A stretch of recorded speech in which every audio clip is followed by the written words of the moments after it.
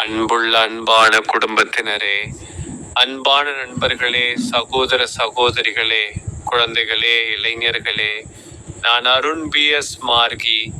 இன்று ஜூன் முதல் நாள், ஜூன் 2025 மாதம். இது இன்று மரியாளின் ரோஜா பூவின் பிரார்த்தனை. இன்றைய புனித ஜோசப். நாம் ஏன் பிரதிபதா செய்யப்பட்டோம்? ஆண்டு முதல் இதற்கெல்லாம் இறைவனின் வேண்டுகோளை நாங்கள் ஒருபோதும் ஏற்றுக்கொள்வதில்லை.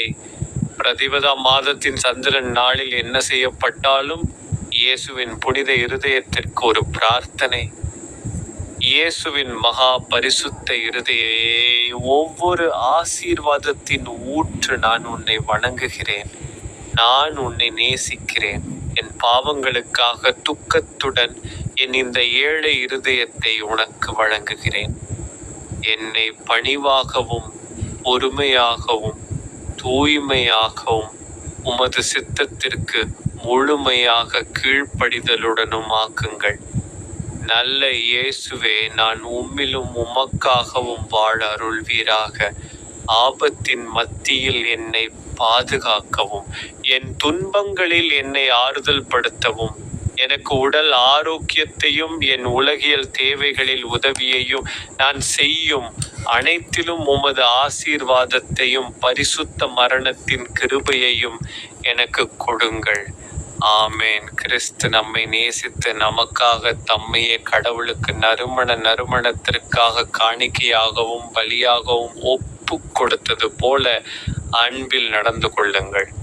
பொருள்: இந்த பகுதி விசுவாசிகள் தங்கள் பெற்றோரை பின்பற்றுவது போல தங்கள் நடத்தையில் கடவுளை பின்பற்ற அழைக்கிறது.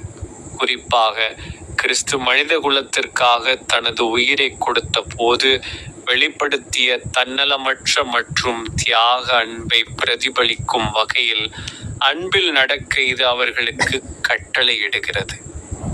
இந்த அன்பு கடவுளுக்கு நறுமண பலி மற்றும் பலி என்று விவரிக்கப்படுகிறது.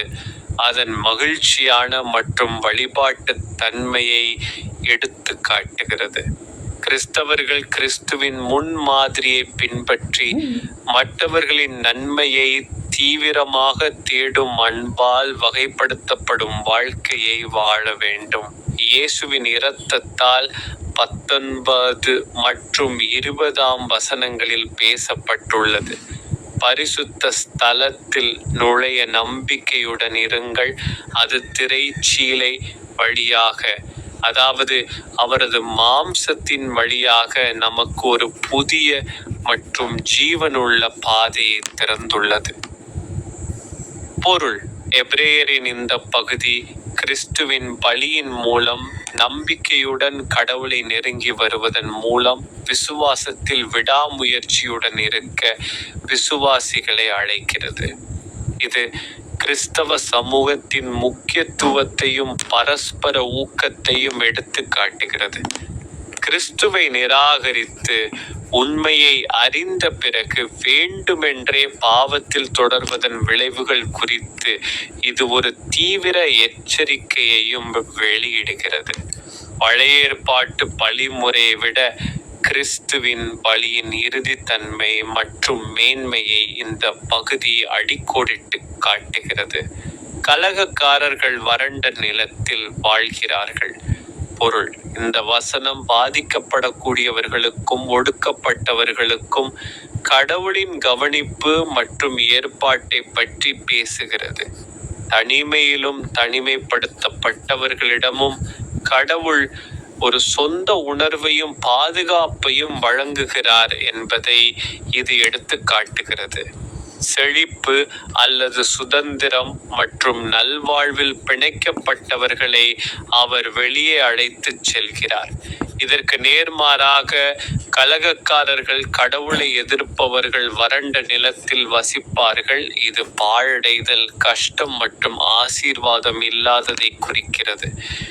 இந்த வசனம் துன்பப்படுபவர்களுக்கு கடவுளின் கிருபையையும் அவரை நிராகரிப்பவர்களின் தலைவிதியையும் வேறுபடுத்துகிறது.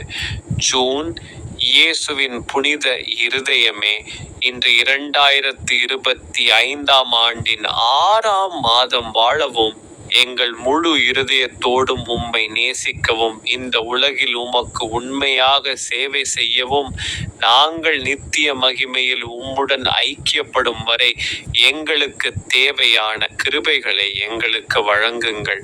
இயேசுவின் புனித இருதயமே, நாங்கள் உம்மில் நம்பிக்கை வைக்கிறோம். இயேசுவின் புனித இருதயமே, எங்கள் மீது கருணை காட்டுங்கள். இயேசுவின் புனித இருதயமே, உமது ராஜ்யம் வருக.